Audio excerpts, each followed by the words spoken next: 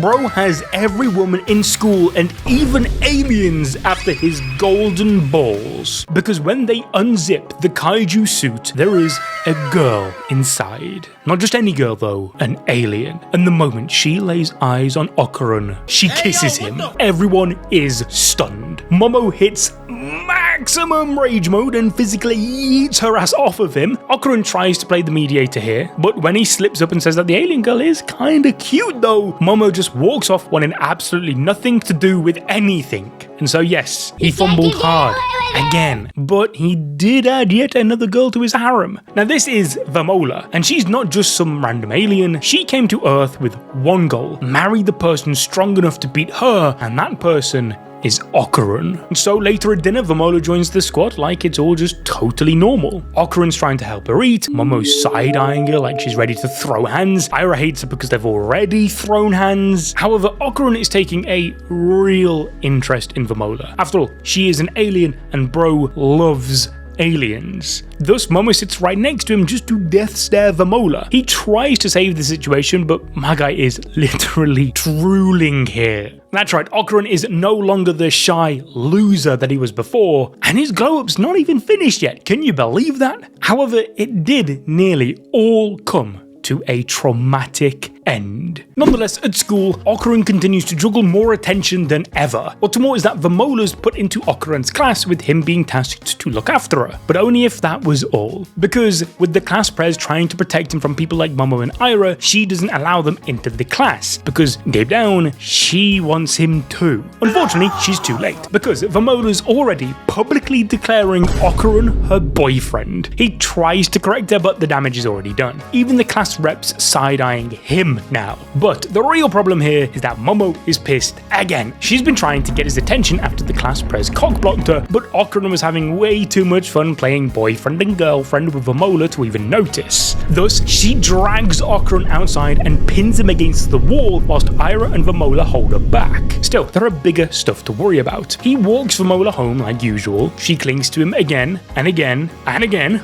5 times, until he finally shouts out that he can't marry her because he wants Momo. But that moment of honesty is the exact moment that his world gets flipped upside down, because he turns the corner and suddenly aliens are waiting. And not just any aliens, these are the Kur, the most brutal and feared army in the galaxy. Trust me, you will never find a more wretched hive of scum and villainy. And so they beat Okarun's ass and take his Kintama. He's left unconscious and dying until Mr. Mantis Shrimp crashes the party and saves his life. But unfortunately, the damage is already done. As back at the Ayase house, Okarun is on life support. Thus, Momo blames Vamola for outing them to her alien amigos, and so kicks her out into the street. Everyone starts fighting, but Okarun pulls out his mouthpiece and asks them to all get along, acting as the emotional support anchor of the entire group. Because whilst this is a great harem, it's a friend group first and foremost. And so his squad doesn't abandon him. Instead, they level up and prepare